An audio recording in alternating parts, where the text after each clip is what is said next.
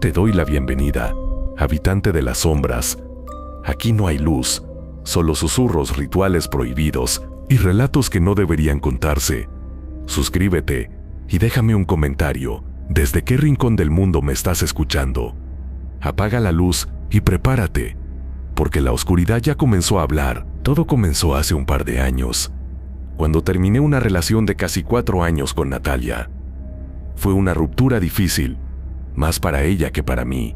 Yo ya venía sintiéndome desconectado desde hacía tiempo, y aunque tratamos de salvar lo que teníamos, era evidente que ya no había amor. Ella lo tomó muy mal.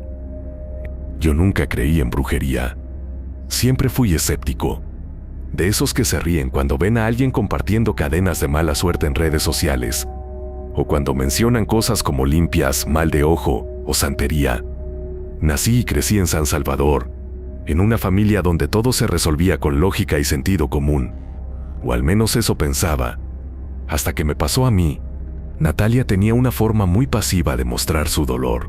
No lloraba frente a mí, no me buscaba desesperada, pero me enviaba mensajes cada semana, pequeños recordatorios, un sticker de los dos abrazados, una nota de voz donde decía que soñó conmigo, cosas así. Yo intentaba responder con educación, pero sin alentar nada, hasta que un día me escribió algo que me pareció extraño. Días después, empecé a tener pesadillas. Me despertaba a las 3:03 am todos los días, siempre con la misma sensación, como si alguien estuviera parado frente a mi cama mirándome. Una noche incluso llegué a ver una silueta, quieta, al pie de la cama. Cuando encendí la luz, no había nadie, pero mis perros, que siempre dormían conmigo, gruñían hacia la puerta. Eso me asustó. Lo ignoré, pensando que solo era una frase emocional, pero no sabía que ese mensaje era algo más. Te vas a acordar de mí, te lo juro. Yo no olvido. Nunca debiste hacer eso. El vínculo ya está sellado. Una noche, mientras trabajaba en la computadora, recibí un WhatsApp de un número desconocido. Decía: decidí bloquear a Natalia de todo. WhatsApp, Instagram, Facebook. Pensé que cortar toda comunicación me ayudaría a cerrar ese ciclo. Pero fue justo después de bloquearla, cuando las cosas se pusieron verdaderamente raras. Me detuve. ¿Cómo podía saber él algo así? Empecé a sentir que alguien me seguía. Iba por la calle y juraba ver a una mujer de pelo largo detrás de mí. Al girar, no había nadie. Una tarde, en el centro histórico de San Salvador, pasé frente a un vendedor ambulante de hierbas y vi que me miraba fijo, con los ojos entrecerrados. Me dijo: te amarraron fuerte, bicho. Vas a tener que buscar a alguien que te saque eso antes de que te consuma. No respondí, pero me invadió una sensación helada, como si alguien soplara desde dentro de mi pecho. Me sudaban las manos, el corazón me latía rapidísimo.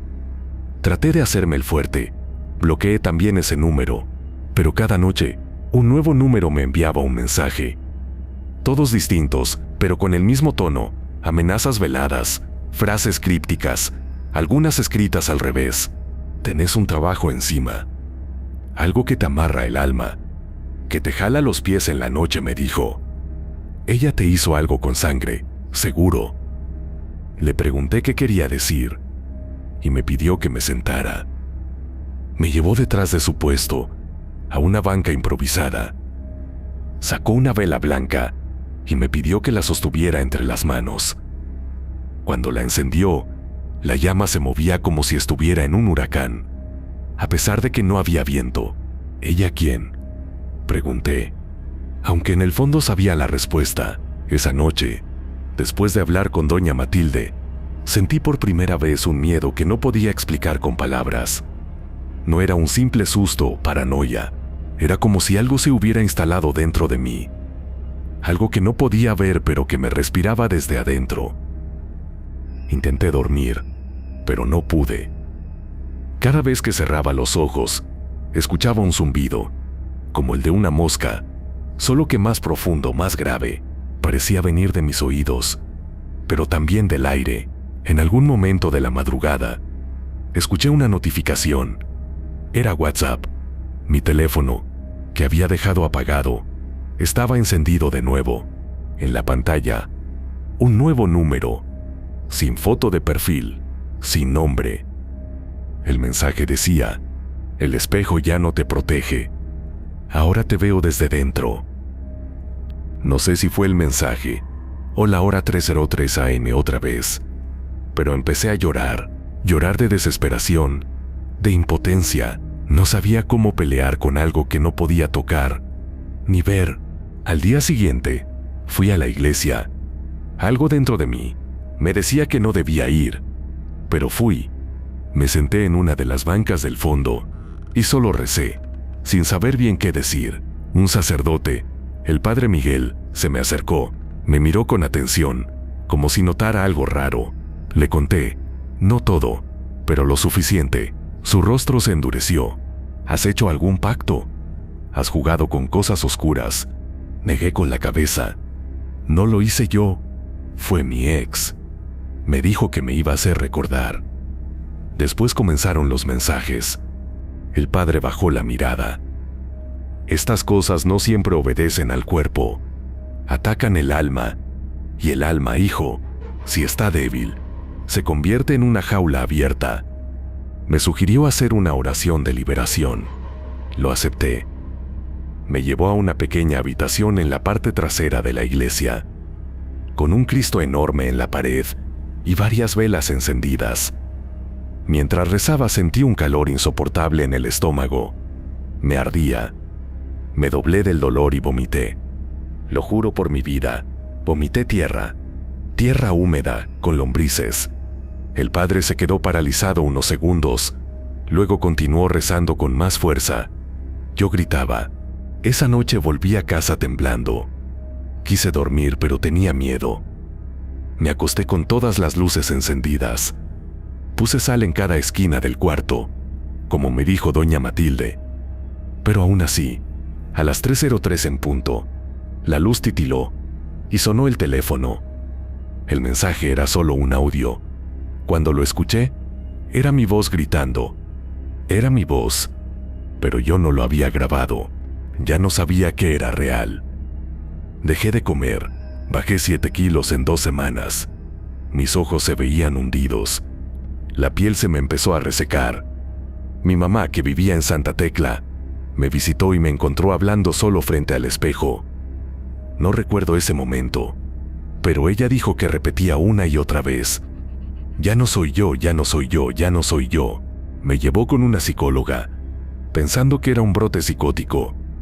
Pero después de 2 sesiones, la doctora la llamó y le dijo que no podía tratarme, que no era un tema clínico, que había algo más. Volví con doña Matilde como último recurso. Ella me miró desde la puerta y me dijo: ya no puedo tocarte. Estás contaminado. Si lo intento, me jala también a mí. Le supliqué. Me puse de rodillas. Me dijo que la única forma era ir con alguien más fuerte, alguien que ya no vivía entre nosotros. Una mujer llamada Maritza, en Panchimalco, una médium que hablaba con los muertos y que, según Matilde, podía romper vínculos energéticos de alto nivel. Pero advirtió: si vas, no vuelvas atrás y llévale una ofrenda, o no te va a escuchar. Fui. Caminé durante casi 1 hora por un camino de tierra, hasta encontrar una casa abandonada. No había timbre, solo un símbolo tallado en la puerta, un ojo dentro de una luna invertida.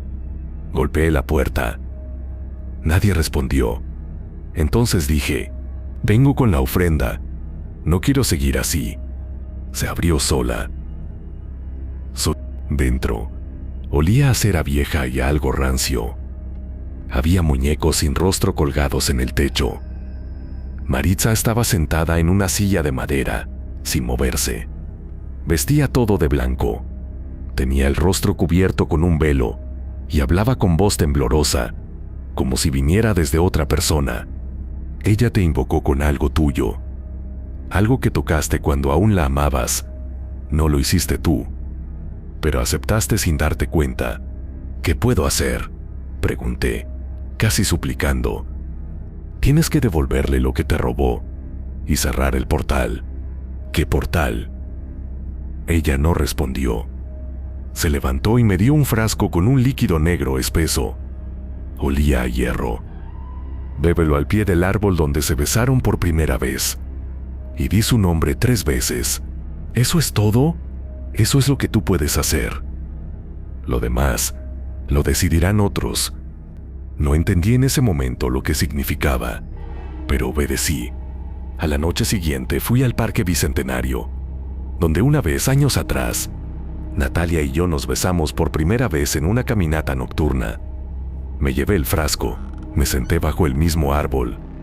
El parque estaba oscuro y no había nadie cerca. Abrí el frasco. El olor me revolvió el estómago. Lo tomé de un solo trago. Inmediatamente sentí como si me hubiera tragado brasas. Me ardía la garganta, el pecho, el estómago. Y entonces lo dije. «Natalia, Natalia, Natalia». El viento se detuvo. El aire cambió. Todo se puso espeso, denso, y detrás del árbol la vi. No caminaba, flotaba. Tenía el rostro cubierto de sombras. Extendió una mano y yo no pude moverme. Escuché su voz en mi cabeza, no en mis oídos. ¿Por qué me olvidaste? ¿Por qué me tiraste a la oscuridad? Quise pedirle perdón. Quise gritar. Pero no tenía voz. Todo a mi alrededor desapareció. Me vi dentro de una especie de cuarto oscuro, donde las paredes eran como carne viva. Y ella, con los ojos completamente blancos, me dijo: «Si quieres salir, tienes que ver lo que yo vi, sentir lo que yo sentí». Y entonces me lo hizo vivir todo. Me vi a mí mismo, pero desde sus ojos. Sentí la angustia de esperar un mensaje que nunca llegaba. El vacío al ver mi nombre en línea y no recibir ni un hola. Sentí el frío de su cama vacía, la ansiedad al escuchar una canción que habíamos compartido. Reviví el momento exacto en que la dejé, la manera en que le dije necesito estar solo, sabiendo que ya tenía a alguien más en mente. Vi cómo lloraba, sola, en su cuarto, abrazando la sudadera que le regalé. Cómo buscó ayuda, cómo alguien, una mujer mayor, le ofreció un camino alternativo. Vi el ritual, vi la vela negra, las agujas, el nombre mío escrito con su sangre. Escuché su voz temblorosa, repitiendo mi nombre, las invocaciones que no entendía. Sentí su desesperación, su rabia contenida, la necesidad de ser vista, de que me doliera como a ella le dolía. Y después, el precio que pagó. El espíritu al que llamó no era algo que pudiera controlar. Le prometió su amor, su alma, su dolor, con tal de que yo sufriera lo mismo. Pero lo que no sabía era que esos entes no cumplen promesas, se alimentan. Y ahora el vínculo no era solo con ella, era con algo más antiguo, algo que estaba dentro de ambos. Cuando volví en mí, estaba tendido en el suelo. El frasco negro había desaparecido, estaba amaneciendo. Tenía tierra en las uñas y los ojos me ardían como si hubiera llorado sangre. Regresé a casa caminando en silencio. Durante horas no pude decir nada. Solo me senté frente al espejo, mirándome. Pasaron semanas sin nuevos mensajes. Ningún número extraño, ninguna aparición, ningún audio. Dormía mejor, aunque no profundamente, pero sabía que no había terminado. Un día, revisando mi WhatsApp, descubrí algo. En mis mensajes archivados, había una conversación que no recordaba. Era con Natalia. Su número seguía bloqueado, pero ahí estaba la conversación. Solo una línea enviada desde mi cuenta, que yo nunca escribí. Lo sentí todo. Ahora entiendo. Desde ese día comencé a recibir mensajes, no desde números, sino desde mí mismo, notificaciones que aparecían sin sonido, sin vibrar, solo cuando dejaba el celular boca abajo, textos como: «No te confíes, el ciclo no se rompe, Se duerme, y uno que decía simplemente, pronto. Consulté con un sacerdote, un psiquiatra, e incluso con un ingeniero en sistemas.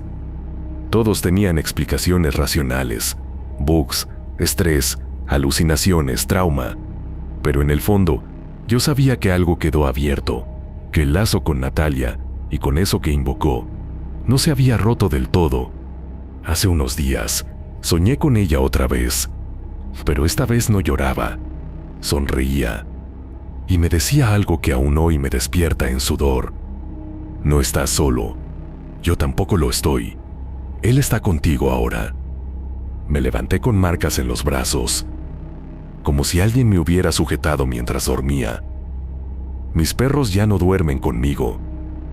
Se quedan afuera de la habitación, mirando la puerta fijamente, como si algo estuviera dentro. A veces, cuando me veo al espejo, no me reconozco del todo. Mis ojos se ven más oscuros, mi piel más pálida. Y el teléfono suena todos los días a la misma hora. 3:03 AM. Exactos. Nunca contesto. Pero una parte de mí sabe que algún día lo haré. Y cuando lo haga, no habrá vuelta atrás.